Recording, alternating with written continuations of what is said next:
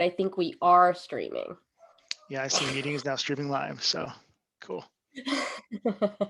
There we go. Cool. I am going to tweet this real quick. How come it's not letting me see my own stream? No, I don't need to host Gene right now. Though Gene Park is wonderful if you're jumping into the chat now. He is streaming about the Nintendo Direct news. So I'm going to tweet this real quick that we are live now, give people a minute or two to come in. But I'm going to get this show started. Welcome back to Attack the Pantry. I am Jenn de Vega. This stream is a deep dive into ingredients, cooking techniques, and recipes to help you cook for yourself during quarantine and, the rest of your adult life. Last time on the show, we talked to Nick Brewer, who is from Austin, Texas. We hope that you are doing well with your power out. He seems to be using his car to survive the cold, but thinking good thoughts for my friend Nick out there. But last week we talked about cherry kuchen, which was a dessert, as well as spicing up or how to spice up your dishes. So you can watch all the past clips here on my channel, or if you click on videos, the entire archive is located at youtube.com/JENNDLV, and make sure to subscribe there. I am a Twitch affiliate. That means that if you have Amazon Prime, you can gift a subscription to your favorite creators every month. All you have to do is click on the purple button below the video here that says gift a sub, and you'll get a little crown next to your name in the chat. Hello. Hi, Martin. Martin's in the chat. Like you get a little crown next to your name like Martin. Anyway, yes, lots of really good links below the video here. One way to help us out is to tell people you are watching the stream right now so other folks can join in on the fun with us here. We have lots to share today. I have another guest, and I'm so excited to welcome this person. Hello, guest. Who are you, and what do you do? Hi, Jen. I'm Kris Keyser. I'm a chiptune musician based out of Brooklyn, New York. Yay! I'm a huge fan of yours, and we have known each other, have been friends, and produced things together for a very, very long time. This is true. We couldn't exactly pinpoint it, but so how do we know each other? Well, yeah, through the chiptune scene in New York. We were talking before this started. It was either through Pulse Wave, which is a long-running series in New York. I thought it might have been through the Bent Festival, where I think I initially met you, which is another festival that existed in the early 2010s for circuit bent music and stuff like that.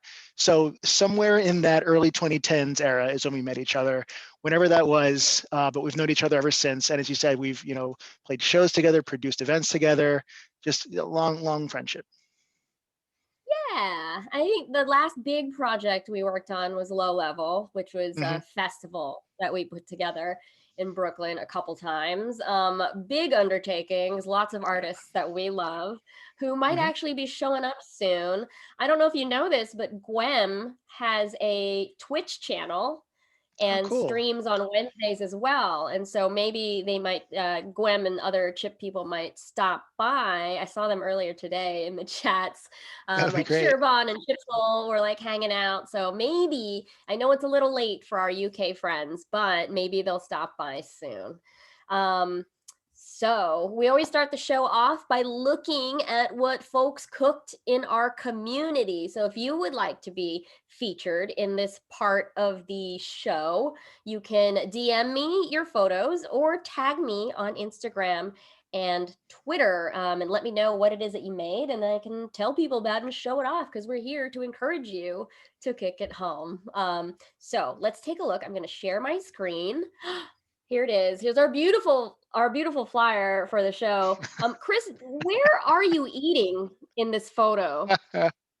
Oh, geez, that's at Three's Brewing in Brooklyn, actually.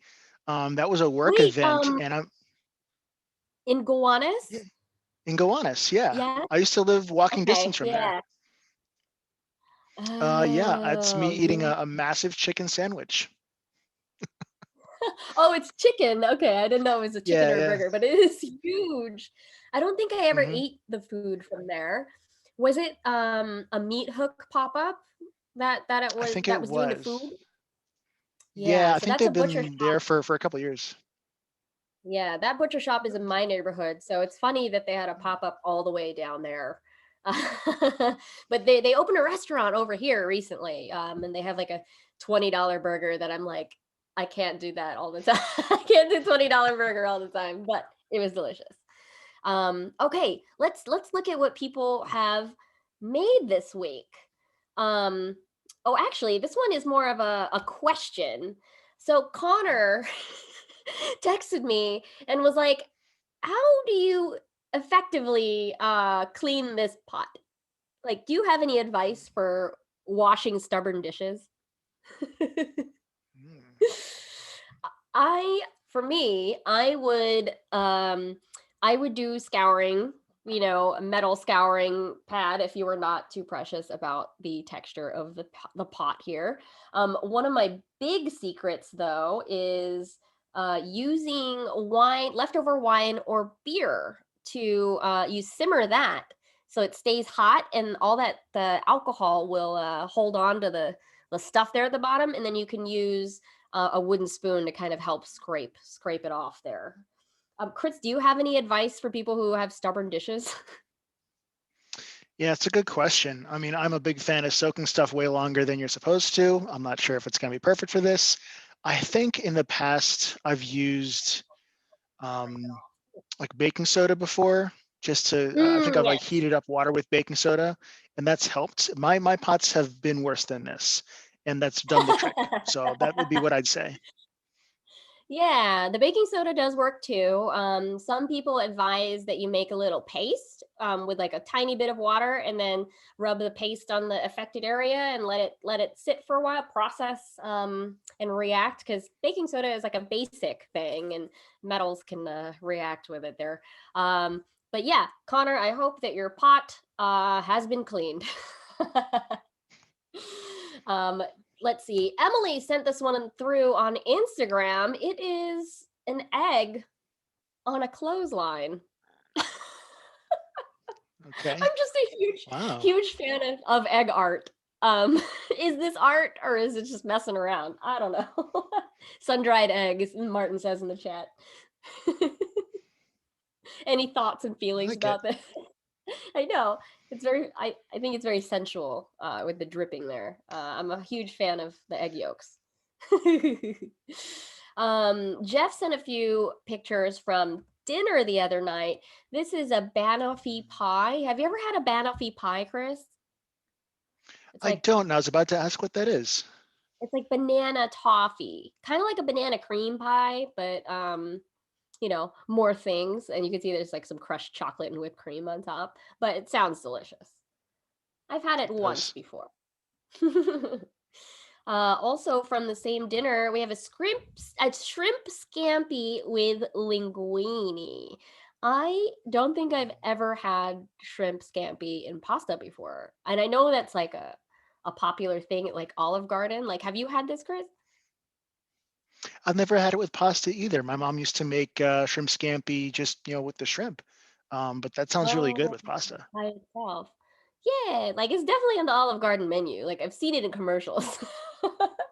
But I don't think I've ever made it. Like trying to think. No, my parents like eating shrimp with rice, so I never grew up with it. But it looks delicious, Jeff. Very, very delicious. Um, this one is from Jesse, who is an editor over at a publication called The Counter, and this exchange happened on Twitter. He tweeted me and was like, "I was looking for a Stracutella salad, and guess what I found?" And I knew the answer because I've written a recipe for Stracciatella salad. Um, Stracciatella, by the way, is the inside of burrata. Chris, do you know what burrata is? I know it's related to cheese. That's all I could tell you. Yeah, so burrata is a mozzarella that has this goopy, buttery, heavy cream cheese on the inside of it. So it's like meta cheese. But I have a recipe for just the filling part because it's just as lovely as a like a topping for toast or on salads. And so Jesse made the Stracutella salad with pears, and that's it right there, with a slice of hot copa, it looks like, next to the salad. Lovely, Nice. lovely riff there, Jesse. I love it. Pretty cool, pretty cool. Kelly sent this one through with the question, do I call Ghostbusters? I love a That's little good. egg buddy. Have you ever cracked an egg and there was like a face looking back at you? This has never happened to me. No, okay. No. Leah, who is going to be a guest on the show in a couple weeks, made this lovely thing. It is a caviar pizza with salmon. The recipe comes from a restaurant in California called Spago. Are you familiar with Wolfgang Puck, Kris? I am, and I have heard of Spago Yeah, before. I've gotten to go a few times for like really special occasions. Like my uncle graduated from law school. Like that's like the kind of place that it is. It's like fancy. Um, but Sure. wow, like Leah, this looks incredible. Nice crust there too Mhm. in the background. I'm assuming the way that you make this is you bake the pizza dough first and then you dress it with all this cold stuff, because I can't imagine putting the salmon into the oven and overcooking it. Yeah. We don't want to do that. Yes, yes, Martin. I also feel like I need some iced vodka with this. Ice cold vodka. Mhm. Sounds so good. And we have a lot of submissions this week, so thanks everybody. Keep them coming, because we always need stuff for upcoming weeks.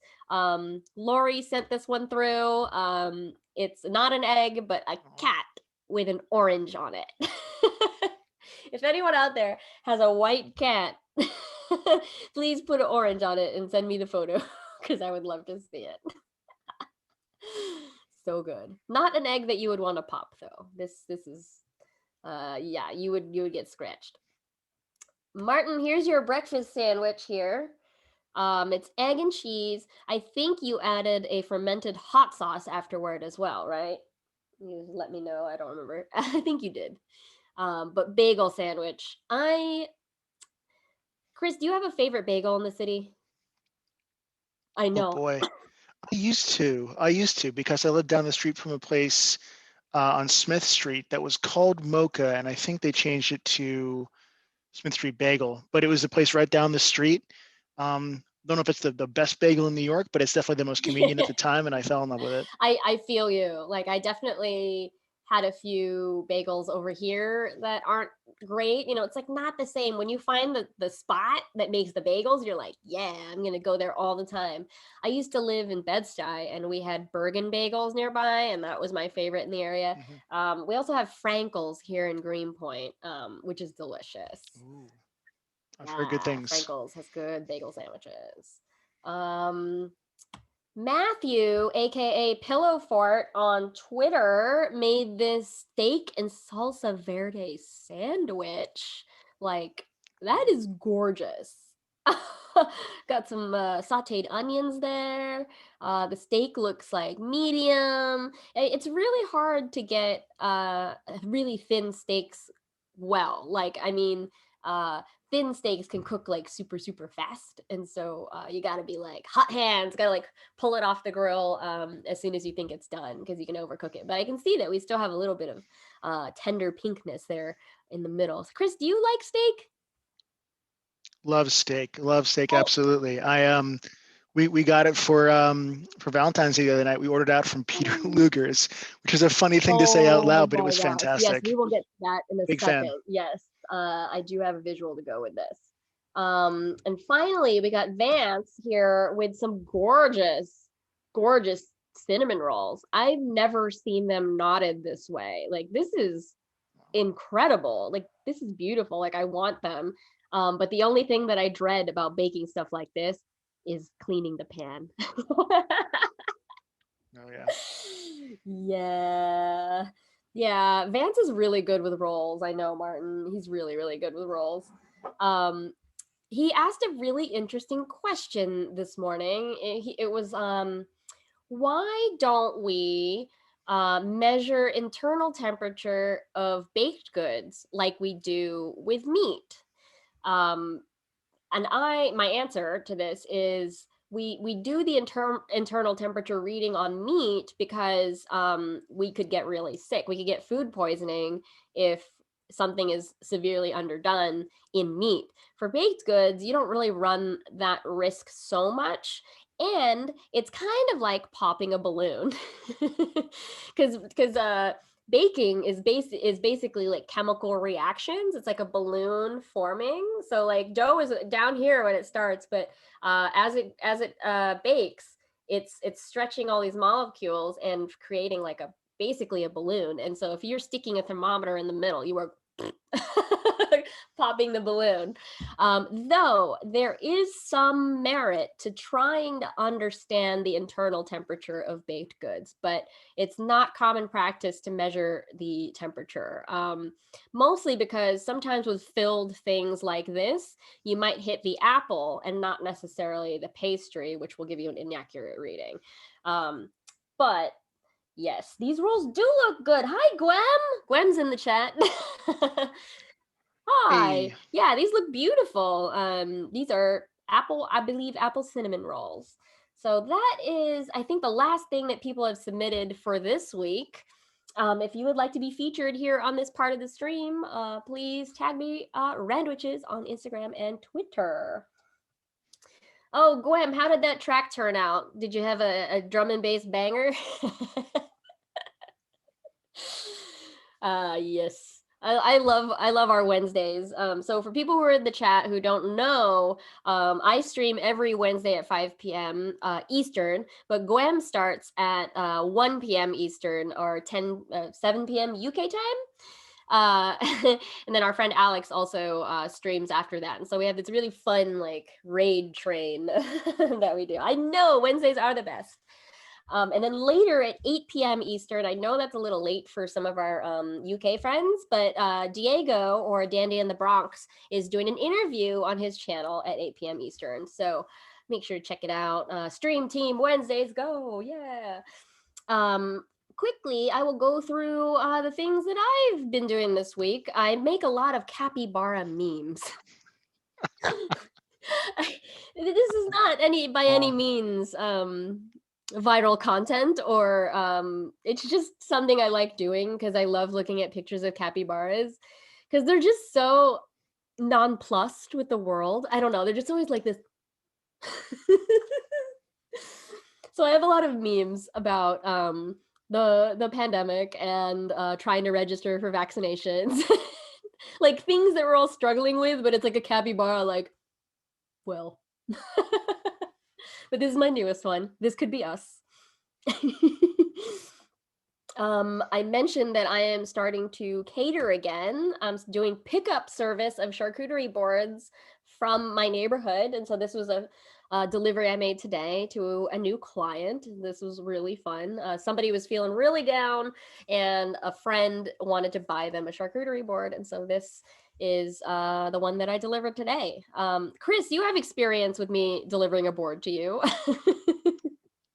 I certainly do. I had a surprise delivery. I guess you talked to my lovely wife and planned out a surprise when I was working at home. And you got into my building somehow. We'll never know how you got past the past the people at the door, but suddenly I hear this buzz at my door, and there's Jenn with a charcuterie board, and I believe a bottle of wine as well. It was a very nice Fun. moment. It was a great gift. I love cured meats. I live by a really good shop. I'm friends with a lot of really wonderful purveyors that make meats locally. There are also some things on this board that I've made. So I dehydrate all my fruit myself now. And so that little paper thin shard of pear at the bottom is something that I made. I have a goat cheese here that I make now that is, it's peanut pesto, a spicy peanut pesto. And on top is some cumin seeds. So it's like a super savory goat cheese.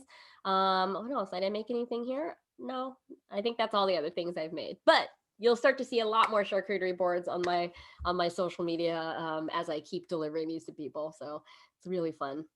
Somebody on Twitter was talking to me about What if we had funny everyday food actions, like mixing something with another thing and it accidentally summons a demon? And so someone was like, what if we combined pepper and salt and roasted a goat? It summoned the devil. And I was like, well, I've done this before. Legitimately, I've spit roasted a goat and no demons. All right. Sorry if you're sensitive to the stuff in the stream, I will. uh, what else did I do? I made a kachipuri ajaruli. This is a Georgian dish. Kris, have you ever had a cheese boat before? I have not. I'd love to know more about it. Cool. So this is a Georgian dish that you can get either in Brighton Beach, South Brooklyn, or in Williamsburg at a place called Cheese Boat. But basically, the recipe is essentially pizza. So it's pizza dough that we've just shaped into a boat, and then we make a little hole. We punch a hole in the middle, or like a divot, and we fill it with cheese and whatever toppings you want, and then you bake it like a pizza. And then when it comes out, you put a raw egg yolk and some butter, and you mix it with all that cheese, so it becomes this like fondue. And so you rip off pieces, and then you can dip it in, and it's super good. Highly recommend kachipuri. So delicious. Wow. So delicious. Yes. What else is happening? I am starting testing on a new cookbook for Nicole Taylor, and one of the first recipes we are testing is, peach clafouti. This is a French dessert. It's very, very easy. The batter is made in a blender, and you layer fruit in a pan with butter, sprinkle it with sugar, and then pour the batter. Like, it's like kind of like crepe batter. Then you bake the whole thing, and it turns out like this. And you cover the whole thing in powdered sugar. Have you ever had something like this, Kris? I have not. That looks great though. Oh, next time you see it on a menu, you gotta get it. Peach clafouti, or it's usually cherry or berries instead, but trying to do a peach version. This is the original Stracutella salad that I had on my website. So it's this really luxurious like burrata filling with perfumey pears, some chunky salt, and some greens and olive oil. It's very 11 Madison Park. It's very fancy looking. What else? Okay, this is tinola. This is a recipe that I have in a cookbook that came out last year called Sheet Pan Chicken. So they didn't take a picture of the dish for the cookbook, so I have one for myself to show people, like, my recipe's in that book, but this is what it looks like.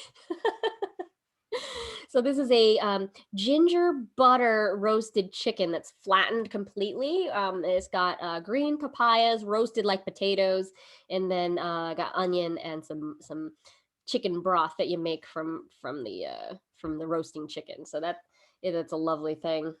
It was really fun to work on this recipe. I don't know if this is cursed or not, but I've been seeing Twix milk and Snickers milk at the bodega. So every time I see a new one, I keep buying it, and I'm like, I'm not sure how I feel about it. Like, Kris, would you buy this? I don't think at first glance I would. It's probably one of those things that I would try maybe one time just to have said, if someone said, "Did you try the Twix milk?" Yes, and let's share in that pain together. Yeah. Martin says only under the influence. Sounds about right. Yeah. Oh, Gwen says hi, Kris. Hey, how's it going? Lovely that Gwen's in the chat. Makes me so happy. Yeah, so I tried the Twix and the Snickers milk so far. The Snickers milk has more of a chocolatey taste, and I would say both of them give me caramel burps. So and they're not actually very sweet. It's very subtle. I think it's mostly to get kids to drink milk. I think that's probably the purpose. Or, dumb, childish adults like me to drink more milk. I don't know. But the last thing here is, did you ever watch that show, The Boys, Kris? I never did.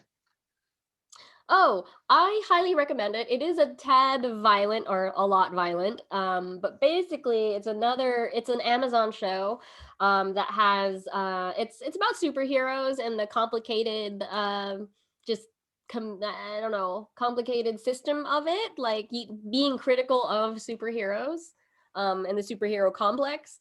But there's a character named Frenchie who is French, so creative. But he's probably one of my favorite characters, and he likes to cook.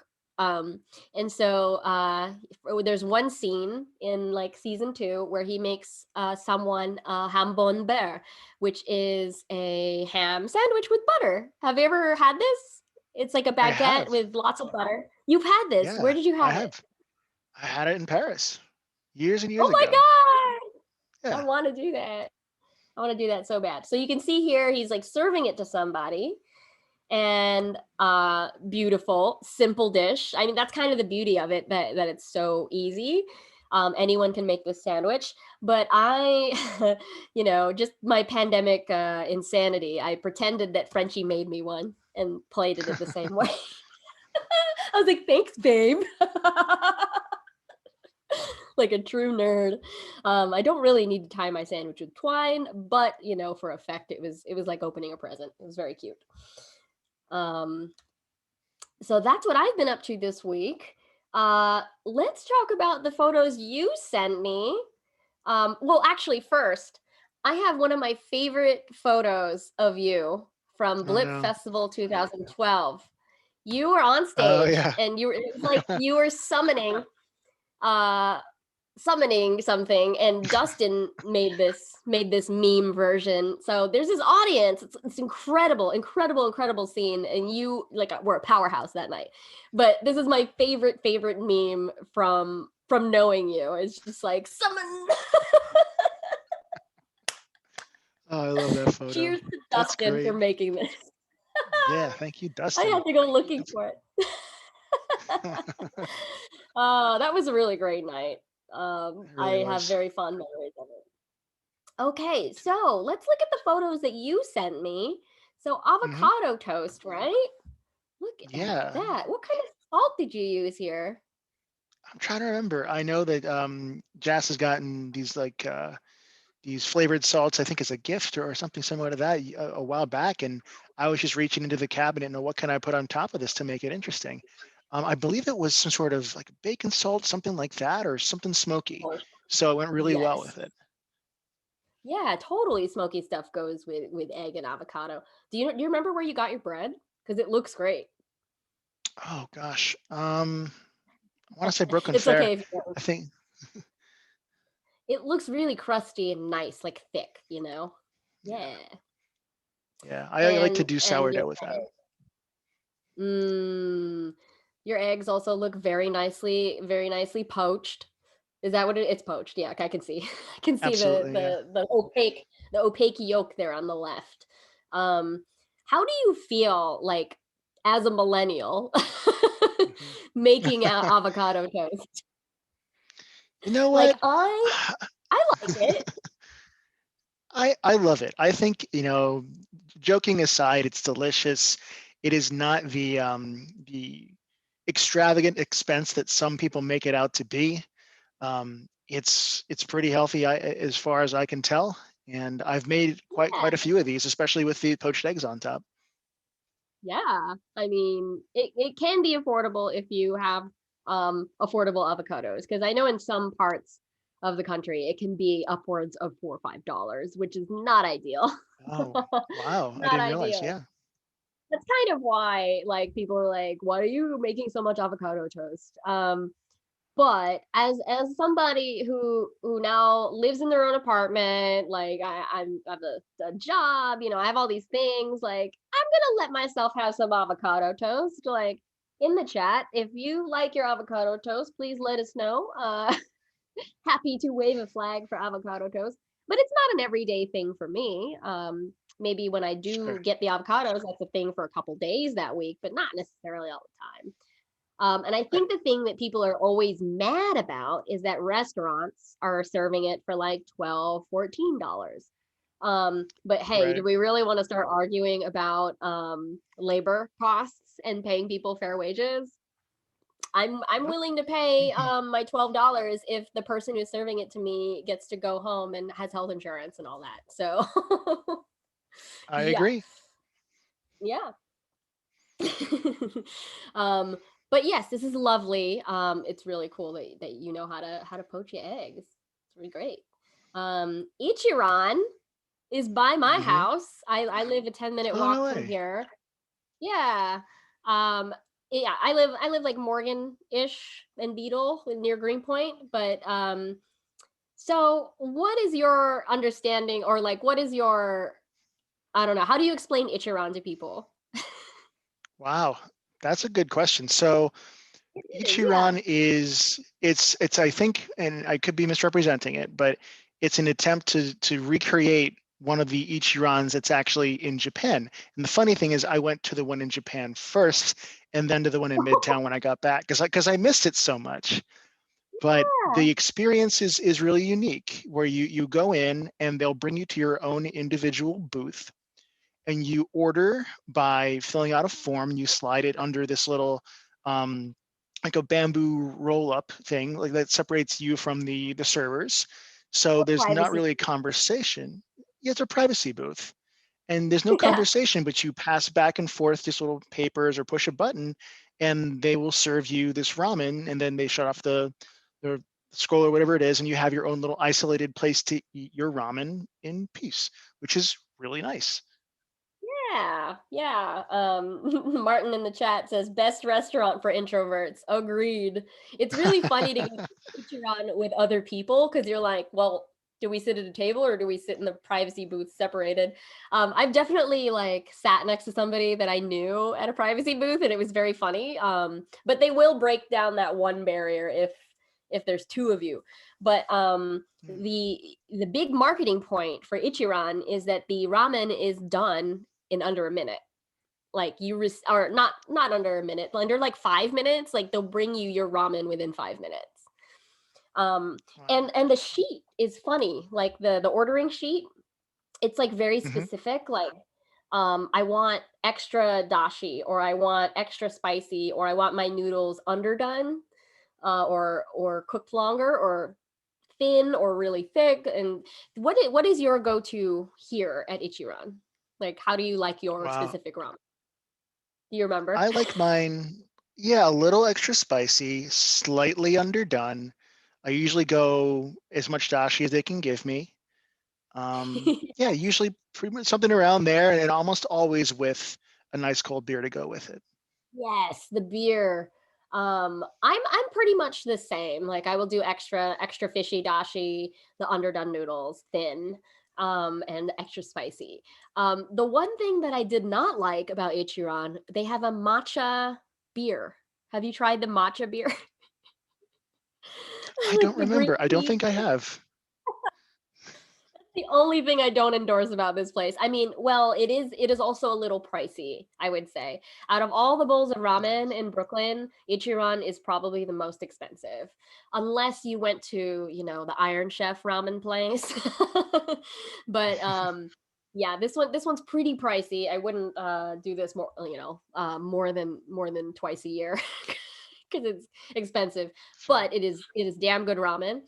But the matcha beer, I am all for experimentation. I will try anything once, but matcha beer is very chalky. It leaves this horrible, like, powdery taste in your mouth, and I'm like, I don't want a mouthful of matcha powder. Uh, but otherwise, great choice, great place. I think that they are still serving in the pandemic. I think, though it's not meant for takeout, like fresh ramen is not really meant for takeout, but I think they have kits that you can buy to make it yourself at home. Yeah. But this is a good reminder. I mean, I haven't thought about Ichiran in so long. And then you mentioned earlier the Peter Luger. Okay, so what was this experience like? Oh, it's great. again, I feel like I'm flexing too hard with the No, Ichiran and these the are Peter things Luger here, that brought you but joy. That's what I asked you for. Like, so. they did, yeah. So Peter Luger is probably my favorite steak anywhere that I can think of. This is the steak for two I usually split with my Mhm. wife, and we usually get the cream spinach with it, which I think may be my favorite cream spinach anywhere Oh. that I've ever had. It's fantastic. And the place is really nice. It's got this old world feel to it. The whole place is, dark like mahogany wood, and it feels like the place has been there for centuries. I think it's been there since the That 1800s. sounds Am I right. am I wrong? Yeah. Um, it's definitely another place that's a once a year, experience. Um, I mentioned before we got takeout for Valentine's Day. It's a different Yeah. experience getting it delivered by a delivery service. But it's one of those places that if you get a chance to go, it's absolute and you are interested in eating steak, Yeah. obviously. Um, then this is the place I would I know recommend. that when the restaurant was open, everything is sort of like large format. So like the steak is for two people. Um, all of the Hmm. sides are like casseroles or like larger. Do you know if a vegetarian would be able to have enough to eat here? Like, because I've never, Oh I don't boy, know. I don't know. I don't think it would be the first place Right, I'd of course. recommend. That's for sure. Hey, Um, vegetarian, go to this I steakhouse. Yeah, they have a few things that are good. I mean, they have, potatoes. They have, what is it? It's like a tomatoes and onions with barbecue sauce on it. That's really Mm, good. I don't know if they have full-on entrees, but I will admit I have not gone of course, seeking yeah, them. because you're going for the So steak. How do you yeah, how do you like yeah. your steak? I have been known to say as bloody as You possible. like rare. Rare. So I do All like right. rare or even blue. Okay, at a nice place, blue. That's amazing. I'm more of a medium rare kind of person because I like the grill marks on the outside. I like that Maillard Mhm. caramelization on the outside, especially because some of this steak place in particular is known for dry aging the meats. So you get that very particular funk and salt from the outside when you do have a lot more of that burning sear on the outside. But I do love a rare thing if I know where it's coming from, and this place does source very good beef. So I've never tried it, and I heard a rumor that it's actually quite affordable to have the burger for lunch. Uh, have you had the burger? I have heard that.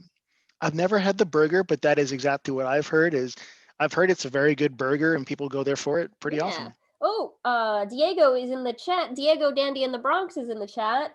There will be blood. Hey, hey Diego.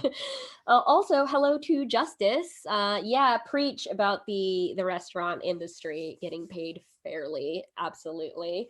Um, yes. So this is lovely. Thank you for sharing these photos with us. Before we get into the rest of the show, I'm going to stop sharing here. So for people who are just joining us. We love show and tell here when it comes to food. So if there's something that you're proud of that you've been cooking, please, excuse me, please tag me on Instagram or Twitter. I'll put my username here. Instagram, Randwiches. Could not get Randwiches as a Twitch handle because Twitch is impossible to get the username that you want, except for, if you're Diego and you can get Dandy in the Bronx. Okay, so thanks for sharing all that with me, Kris. Let's get to this big question that you had. I'm going to quote you directly. How do you make vegetarian and vegan food delicious? So why are you asking this question? Sure, sure. So I've been trying to have more vegetarian and vegan food in general. I'm trying to be a little bit healthier, a little bit more earth conscious as best as I can. Obviously you see I do indulge from time to time on giant steaks and things, but Same. I'm trying to do something a little bit healthier, trying to do right by myself and by the planet. So I've started making some more vegetarian and vegan food, And I feel like I'm doing the same thing over and over again. I'm sauteing spinach, I'm making a bean salad. I'm sure there's more out there that I haven't tried or I'm not exposed to yet. And I would love to get the opinion of an Oh, expert. well, I'm not an expert, but I have some ideas for you. Um, Sure. so it's really funny that we're talking about this on Ash Wednesday. So I grew up very Catholic, and during these 40 days, starting today, generally my family would not eat meat. We would try to eat more fish on Fridays, but we would Mhm. try to be as vegetarian and vegan as possible. So that was like a lot of grilled cheeses. I was like a very like what did we say a couple weeks ago? A junk food vegan. I tried Mhm. to limit Mhm. myself for 40 days to be vegan, and all I ate was like bread, bread and rice Right, and right. beans. But there are definitely more exciting ways to tackle this. Over the last decade, I've sort of worked with, lived with, and experienced the cooking of really brilliant vegan chefs and alternative diet chefs. Um, so I think for you, Kris, that what will work is thinking about large format vegetables as meat. So Okay. so you say you know how to roast a chicken, right? Like we've got a chicken, we brine it, and then or we do a dry rub on it and roast it, right? Like that's kind of the essential steps of Mhm. roasting a chicken. What if we replaced it with a cauliflower? Or what if we Okay. replaced it with a whole head of broccoli or a squash? Mm. So there are so many things that you Okay. can do to those large format vegetables that can be a lot like making a steak or making a roast or whatever. It's just that they require a little bit of tinkering and just knowing the specific vegetable and how to treat it. So so with Mhm. meats, we think about marinades or dry rubs. So a lot of the same techniques will still apply here. And I think that the food world has sort of brainwashed us, like Food Network and like all these magazines have brainwashed us into thinking that vegetables always have to be cut up, like into little pieces and Okay. roasted, or boiled in little pieces and then mashed up. So we can do large format roasts of vegetables too. So like yeah, so cauliflower is actually a really big example that I use a lot with people who are trying to Mhm. like get into this a little bit more. There is a chef called Alon Shaya. He has a restaurant in New Orleans, and he has this incredible cauliflower dish. The recipe is on Food 52. I can find the recipe later, but it's Alon Shaya's whole head cauliflower. That is marinated in white wine and Mm. spices. Yeah, for like half the day. You drain Okay. it, and then you basically spice it however you want, and then you roast that in the oven. And then while that's in the oven, you make this lovely like goat cheese feta whipped sauce, and then you put that on the platter, and then you put the whole head on there, and then you can just slice into it like a Mhm. turkey. Oh, okay. So cool. Yeah. We got some endorsement here in the chat. Martin says, yeah, cauliflower steak is good. It's also Okay. just a matter of cutting vegetables thick enough, so it's like a kind of a hearty thing going on. You Sure. can do this with broccoli as well. Like if you have a whole bulbous head, you can cut large steaks or roast the whole thing whole. Um, Potatoes benefit from dry rubs also. This is a really fun trick that I learned. Um, I've had salt crusted potatoes before. That's really simple. So you take a whole potato, you're washing it and it's wet, right? And then you can rub salt all over it and then let that dry, and then it will have this salt crust, and you can bake it like that straight on the Ah, grate in the oven. okay. But you can take that a step further, and when it's still wet, rub it with some like Cajun dry rub or like something Mm. like a taco seasoning or whatever you have in the pantry, or like French seasoning, like Provençal seasoning, like thyme, rosemary, garlic, powdered garlic. Do dry rub on that and then bake that. And so you've got a salt crusted, like dry rubbed potato. I like So that. Okay. yeah, so what you can do is look up some of your favorite meat recipes and take away like the meat part and then kind of look at the preparation and apply it to vegetables. Sometimes it might not work. So vegetables don't need as long of a marinade time, Okay. but they do have their own version of doneness. Like, you know how we have rare, medium, and done for meat. You can also say sort of the same thing about vegetables. Like, Okay. it also is very subjective. For me, I like really crunchy still. I like really like grilled burned on the outside with still like a crunchiness on the inside, which is Hmm. doesn't make sense for a lot of people, but that's me personally. But for you, maybe you're roasting a little bit longer so that you have a tender inside and like a caramelized outside. It just takes a little bit of playing in the kitchen to understand that because there's Okay. no like, rule about it. But there are different ways that you can replace different classes of things as you are cooking and trying not to eat as much meat. I'm also trying to be a little less meat forward. I'm trying to do sides of meat instead of main courses of meat. Sure. Um, so, yeah, let's see. I think the big umami boosts for vegetarian dishes are flavorful things. So like dashi is sort of in that category. So not necessarily dashi that's been made with fish, but you can make dashi with dried mushrooms. Uh yeah, like you can Okay. just get a bunch of dried mushrooms from an Asian market, and all you do is you can either grind them up to make a powder, like a sprinkly powder that you can just sprinkle on things. It's kind of like dry soy sauce. Okay.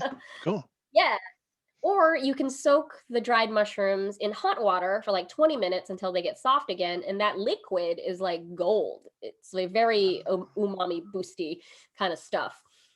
So that is a great flavor agent. Nutritional yeast is a vegan condiment. Have you had nutritional yeast?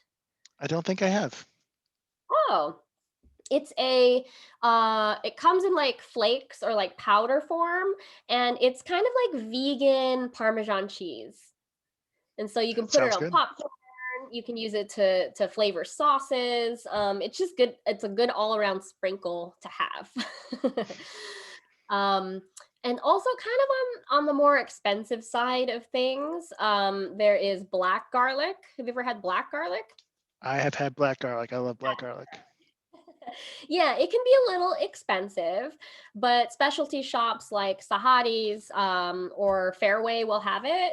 And mixing that with let's see, some mushroom stock and some capers or pickle juice will make you like a sort of vegan fish sauce, which is really cool because you can go into like Southeast Asian cooking if you have like a vegan fish sauce or like all that. It's very exciting.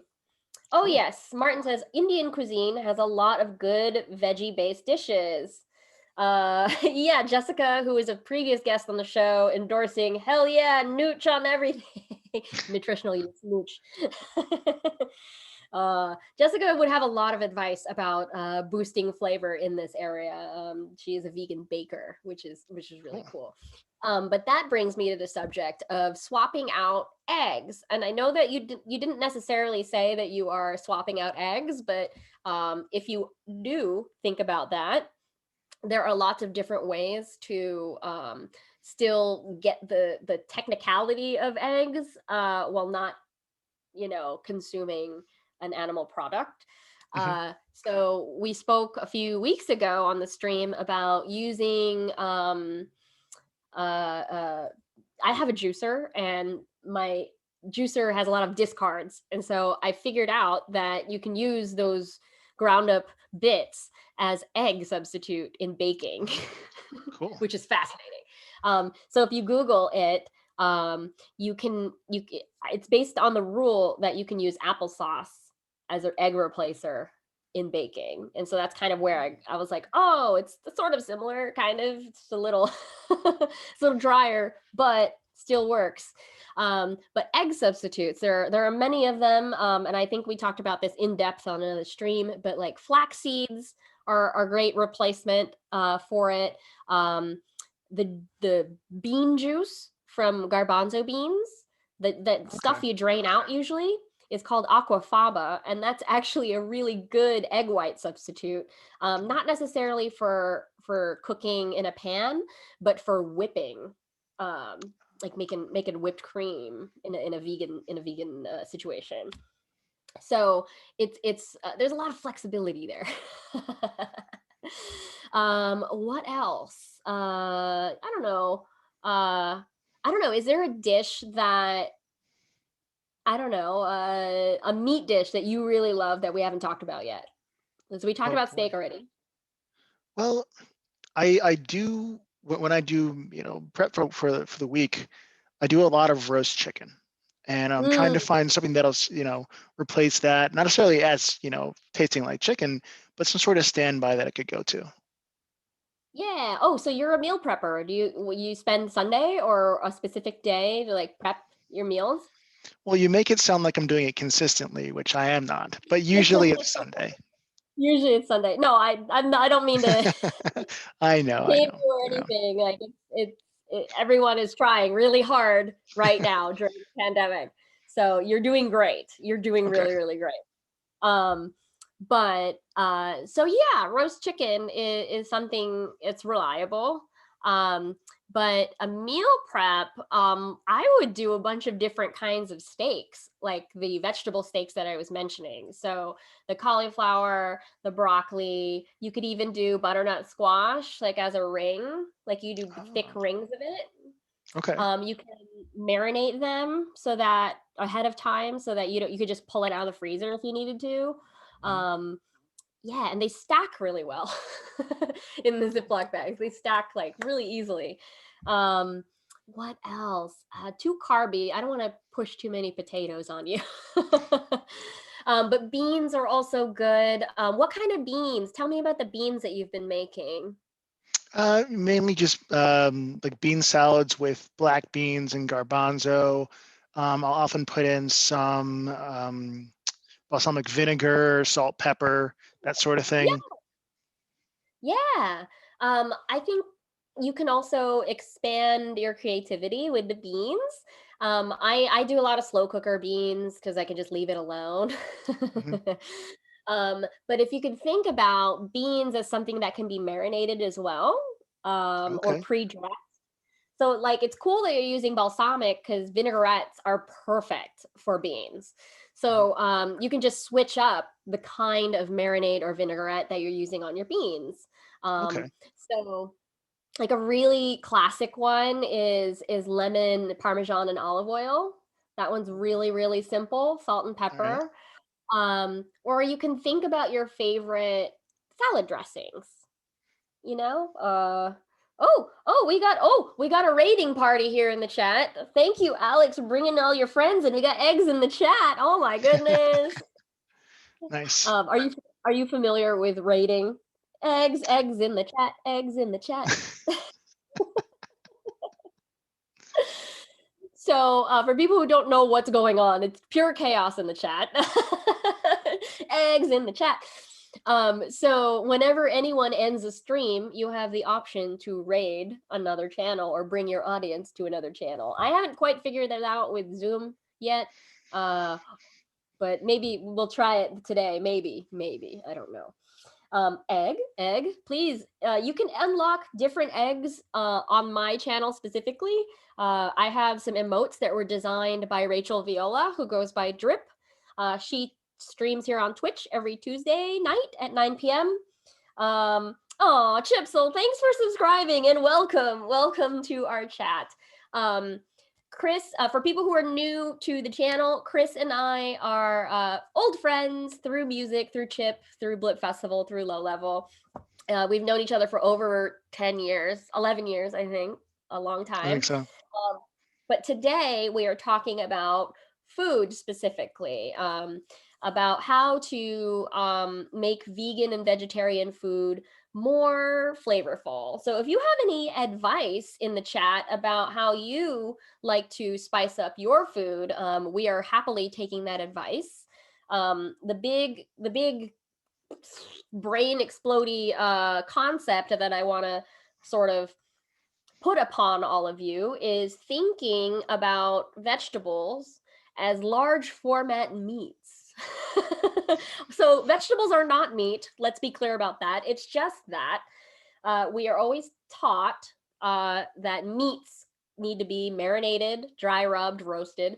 Why not do the same thing with vegetables in large format? So dry rubbing a whole cauliflower and roasting it, marinating a whole broccoli and roasting it, you know, that kind of stuff. Toria has a question for us. Anyone tried Nando's hotter sauce yet? I didn't know that there was a new Nando's sauce. I didn't either. Do you remember Nando's, Kris? I think I've been one time at MagFest. One time. Yeah. I've been to MagFest maybe 4 or 5 times.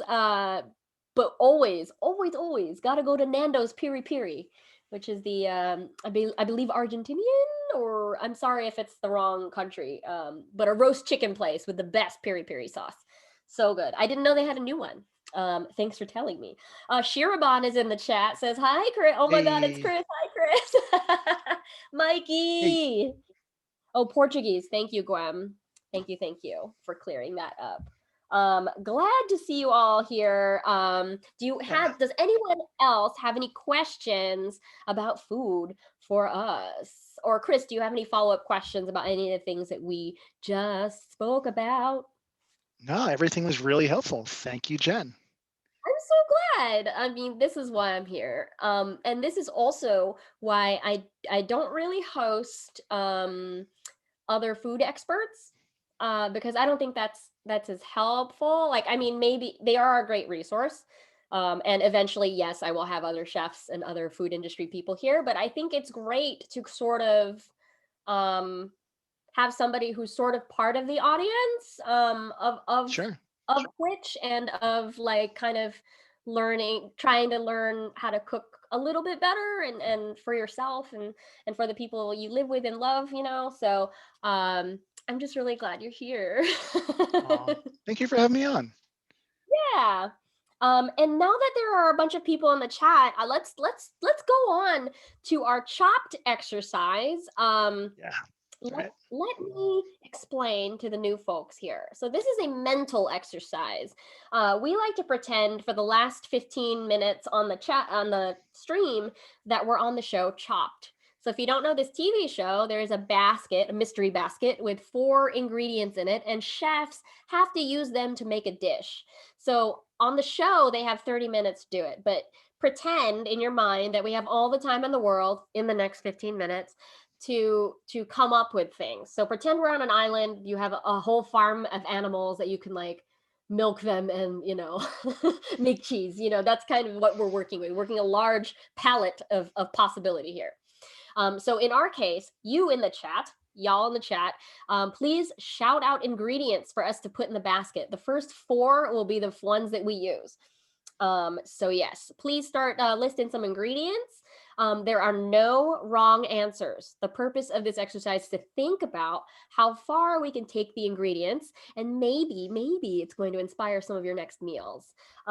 After we get all the ingredients, I will go through them individually, but feel free to tell us how you'd combine 2, 3, or all 4 of the ingredients. Like, imagine you have, you know, your basic pantry and all the tools and time you need. Just remember, feature things in the basket.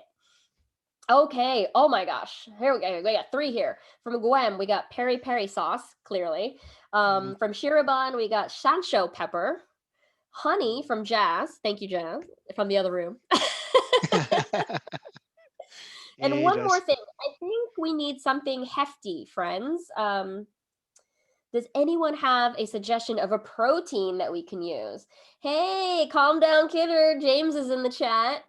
Okay, James. This is perfect. Quitey, thank you for that suggestion of king oyster mushroom. This is actually perfect to illustrate what we've learned today. Yes.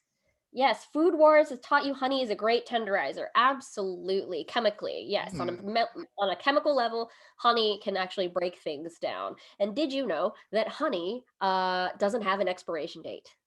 So if there are no mixtures, no mix-in, no flavorings, honey is actually infinite. It can it will never go bad. It's immortal.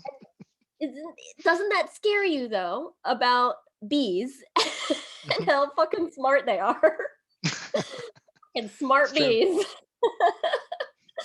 All right. So the ingredients in our basket. Thank you all for contributing to the basket. From Gwen, we have peri sauce, sancho pepper from Shirban, honey from Jazz, and then king oyster mushroom from Quitey. Yes. So in the chat, if you get ideas, just feel free to blurt them out. We'll read them out to everyone. It's just so exciting. No wrong answers. You can do 2 ingredients or 3 or all 4. Just start riffing in your brain. I'll go through these individually and tell you what I know about them. So the peri sauce, I'm sorry, I'm gonna have to look up a little bit. I know that it is Portuguese. It's very it's present in Latin America.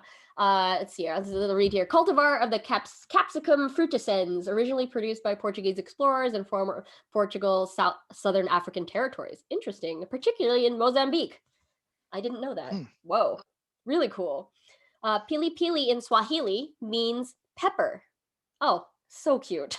I There you love go. that. I love that. Okay, so it's made from the peri chilies, used as a seasoning or marinade. Recipes vary from region to region, of course. This always happens. But the key ingredients are chili, garlic with an oily or acidic base. Other common ingredients are salt, spirits, namely whiskey, citrus Whoa. peel, onion, pepper, bay leaves, paprika, pimento, basil, or oregano, and tarragon. And I love that the next reference on the C also is Nando's. Nice. So peri sauce is commonly served with chicken, so far as I've seen, but it is an excellent, excellent marinade. So if you're thinking about it, you can most certainly marinate the mushrooms that we're talking about in the basket with the peri sauce. Great. Sancho pepper. I actually have some in the pantry, but it's related to the Szechuan peppercorn. It is a Japanese pepper that has a citrusy flavor and a similar but not as intense numbing effect. They're little green seeds that grow on Japanese prickly ash, and they are common for flavoring yakitori. So we can have some yakitori mushrooms here. It's especially paired well with eel. It's kind of funny because it's like a little buzzy, and eels can be a little buzzy. But that's essentially what Sancho is for. We can expand it to replacing any mala spice or Szechuan recipes. We can use Sancho in that same way. So like spicy oils, stir fries, hot pot, dry pot, anything that's like Szechuan, we can switch in the Sancho, which is very exciting. Lots and lots of possibility here, friends. So much possibility. We spoke a little bit about the honey so far. So honey has a lot of different variations and different parts. So you can have honey served as a honeycomb with the wax still. It's a really lovely accompaniment for cheese. We can have really drippy honey. We can have really thick honey. It all depends on the flowers that the bees had pollinated. So it's really fascinating that you can get different colors and shades of honey from different flowers. So like buckwheat is very, very dark honey, or acacia is very, very light honey. So thinking about that, if you want to get that specific about the honey, it's really cool. And then I don't know, did you ever watch Chef's Table, Kris? I don't think I have. Or I don't remember. I think there's an internet video with Renee Redzepi from Noma going to Mexico, very specifically trying this expensive honey called melipona, and it is like a healing honey. Like it's very runny and said to have like medicinal like properties. And so there are people on the video like putting honey in their eyes. Wow. Like droplets of honey in your eye. It's kind of crazy. Jeez. I know. Healing property of honey. Like bees are so fascinating. I just love them. I can talk forever about this because I studied a lot of like collegiate biology about bees. We had this really cool a lab where we had like a pipe to the outdoors, but the indoors was a glass honeycomb like bee structure so that we could observe them in their habitat, but they could still go outside and pollinate Wow. things. Did you Mhm. know that bees have something called a waggle dance? Have you heard of the waggle dance? Yep. Yep. I know the Heard of the waggle. waggle?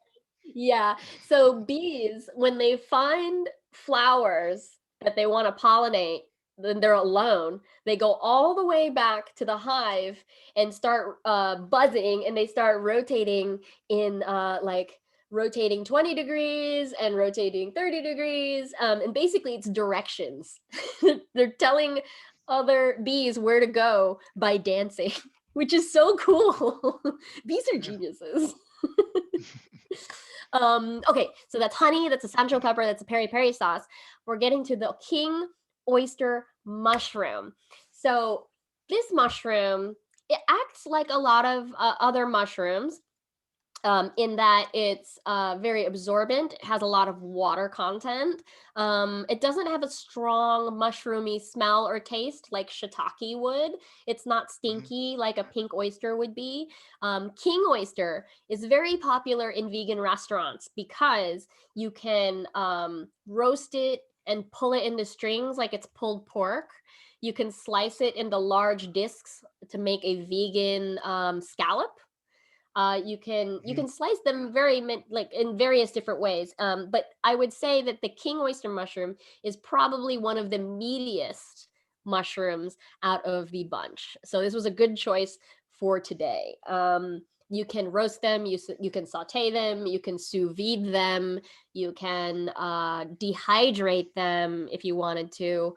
You can puree them. There's lots of possibilities with mushrooms. Like Kris, are you a fan of mushrooms? I am. Yeah, absolutely. Do you have I like don't a know a lot favorite? about.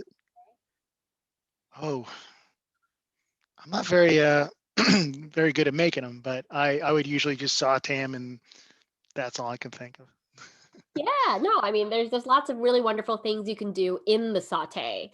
Like you can Mm. have flavored butters, you can use different spice mixes, um, you can add cheese, there's lots of things you can do with mushrooms. So friends in the chat, I want to know how would you make a dish out of the four ingredients or any two of the ingredients. We've got the peri peri sauce, the Sancho pepper, the honey, the king oyster mushroom.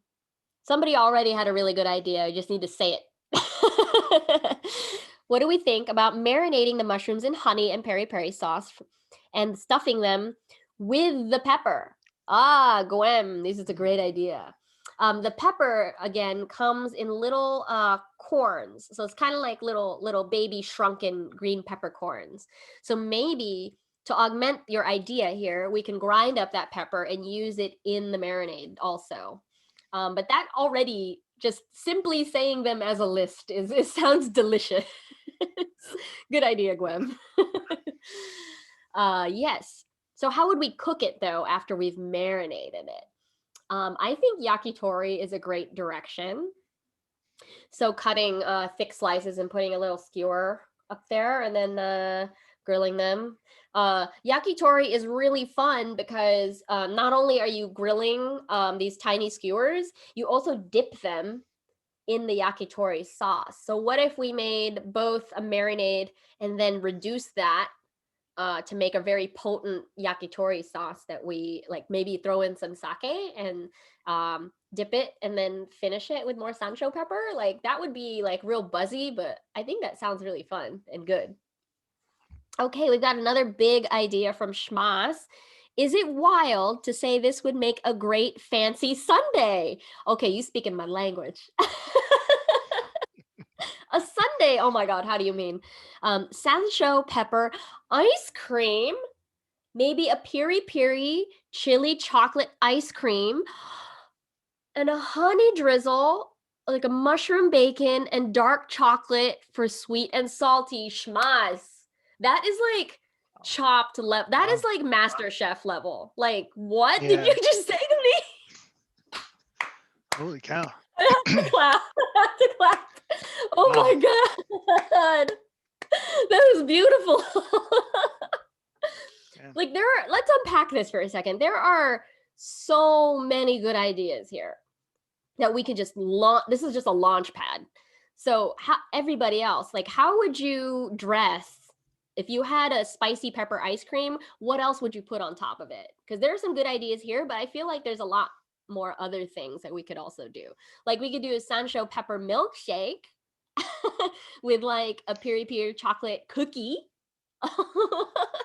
um, I love this piri piri chili chocolate combination. You could do chocolate bark. We could do a fudge sauce. You could do a marshmallow that's spicy and then dip that in chocolate to make a s'more. And not just honey drizzle. You could do honey crackle candy. Or even Okay. like a honey bun or a honey cinnamon bun, and have like a Sancho pepper icing. So this is like a really good train of thought that will, give you so many more ideas. I love that. Mushroom bacon also on a dessert, like genius, genius, genius, genius. Mushroom bacon in general is one of my go-tos for crunch whenever I'm doing any vegan menu planning, because it's when you bake mushrooms that are like sliced so thinly, the flavor just concentrates. And it's really cool that you can brush on some brown sugar and some paprika to make it very bacon like. So that is so cool. Thank you for that idea. So good. We got another one from Toria here. Strawberry compote for some sweetness to balance. Yes, I agree. I agree. Sweet corn on top from Jazz. That's a great idea also. Honey Sancho brittle. Yes. I've been making peanut brittle recently, and I've learned a little bit about candy stages. I think honey doesn't have the same candying stage as corn syrup does. So corn syrup is what we use in peanut brittle, but I think honey has a different boiling point, and so just have to be careful if you do end up wanting to try this in the future. Just you got to watch the temperature there and be careful. Make sure it doesn't burn.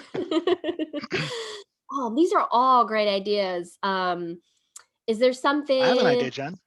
Oh yeah, please share. Yeah.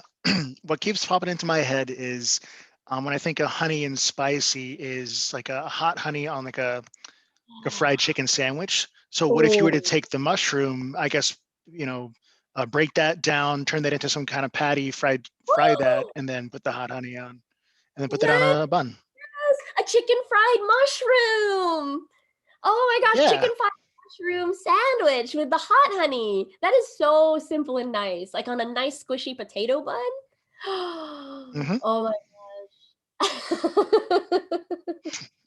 We are living in this chat right now. I'm so like this combination of food has probably been because I feel like last week was a little challenging. Like we were trying to like mess us up a little bit with like having difficult ingredients, but these ingredients all kind of work harmoniously together. And that's kind of the realization that you have to have in the kitchen is that most things actually might go together. You just have to know a little bit of the rules of what clashes or proportion, because some things can just overpower.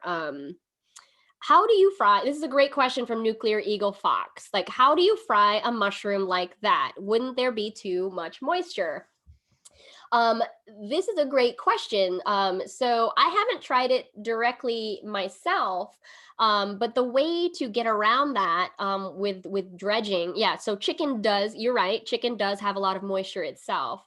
So when you're breading things, especially when you have like a big crackle kind of batter outside, you dredge the chicken in a little bit of flour first, so that it will stick to the egg, which will stick to the breading.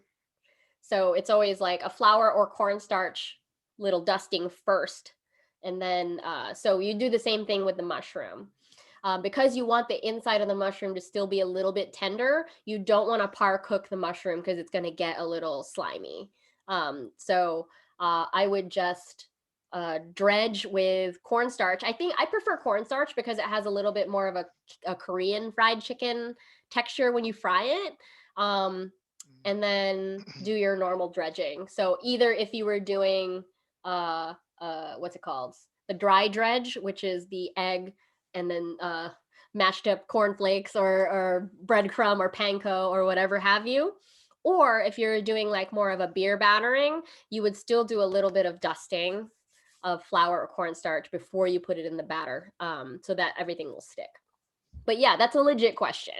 Got to get that crunch. Yes, absolutely, Schmas. Totally legit.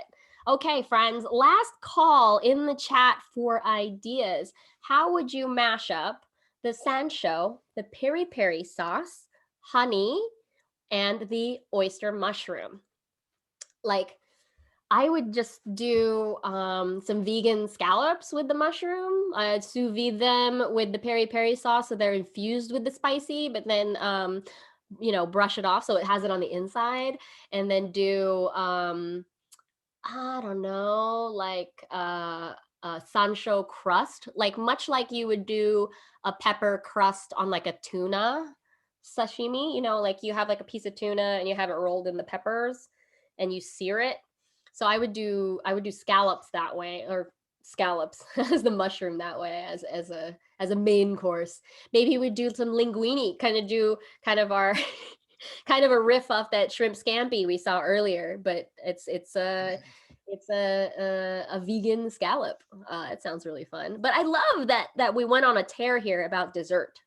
One of the secrets that I keep saying week to week is the way that you can think about this exercise is, what is something that I already know how to make well? It doesn't have to be fancy. I know how to make a grilled cheese. So what can I switch in to make that grilled cheese fit the prompt? Or I know how to make nachos, or I know how to make a ham sandwich. Like, think of the simple things that you already know how to make and then just start swapping and see if it will work. Let's see. Would it be a waste of these mushrooms to do a risotto? Asks Trashabelle. I love risotto, adding some blue cheese, a bit of the mushroom fried on top, and drizzle of the honey. No, it's not a waste. It's just that this mushroom is just large. You would just need to cut it down, or maybe roast them a little bit beforehand. But they're just really absorbent. They're just very spongy. But welcome to the chat, Trashabelle. I've never seen you here before. Welcome, welcome. Yeah, that would work. I like a blue cheese and honey pairing. And what's also helpful is thinking about pairings that you know that work, and then sort of playing around with, okay, well, what can I add a third thing? So the reason why I know a lot of this stuff is I've been a chef for a long time, but the secret is a book called The Flavor Bible. There's a website for it. They have like a little bit of a preview, but basically the Flavor Bible is a reference book for chefs. It lists pretty much every ingredient you can think of, or if it's too far out there, there's probably something that does reference it or is in the same flavor profile. But the Flavor Bible is so helpful because it surveyed a bunch of chefs, and they mark, like, if it has like lemons, it will tell you a list of things that go with lemons, and then they bold the ones that a bunch of chefs have confirmed taste good. So it's one of my favorite books, and I love referencing it all the time. Okay, Schmas says honey gorgonzola is great on pizza. Yes, hot honey gorgonzola pizza with crispy mushrooms. Pew, pew, pew. Can we get some eggs in the chat for Schmas? Like, you're knocking it out of the park today. Eggs in the chat for Schmas. I'm gonna put so many eggs in the chat. And if you subscribe, you unlock a bunch of these custom emotes in the chat, made by Drip. Oh, thank you, Chipsel. Thank you for the eggs. But let's end on that note. That was so brilliant. Thank you, everybody. Like, and thank you, Kris. You had some good ideas in there, as well. Thanks. But yeah, so as we wrap up today, Kris, do you have places that people can find you and follow you? Yeah, sure. I have music on Bandcamp, kriskeyser.bandcamp.com, Kris_Keyser on Twitter. I think it's Kris_Keyser on Instagram. That's really about it. All right. Yeah, make sure you're following Kris. And next week, I'm really excited to welcome my friend Leah Haberman, who I've met through various social media communities. We both have managed large brands in the past, and that's how we know each other. But fun fact, Leah used to be a pastry chef, and so she'll be talking to us about her pastry chef journey next week and answering questions about baking. We got a lot of bakers here on the show in the last month, but I'm very, very excited to have her here and share her expertise and the perspective of cooking in California. So it's going to be really fun next week. But yeah, friends, please make sure you check out all the links below the video here. I've got a Patreon where I share recipes every Wednesday that goes along with the stream. There's over 100 recipes in the archive. So it's like less than 20, I think it's about $22 for the whole year. And you get over 100 recipes and lots of cooking advice, custom cooking advice, if you chat me there on Patreon. But I'll be back next Wednesday at 5 p.m. I hope to see you all there. Thank you, Kris, again for being here. I appreciate it. Our previous guest could not make it due to a family emergency, so thank you for stepping in. And thanks to my stream team, Dandy in the Bronx, Gwem, Alex. Thanks for promoting the streams and sharing the love across the community. It's been really, really fun doing this with all of you. So have a great night, UK friends. Have a good evening and good dinner to all of you here in the States. We will see you next Wednesday at 5 p.m., friends. See ya.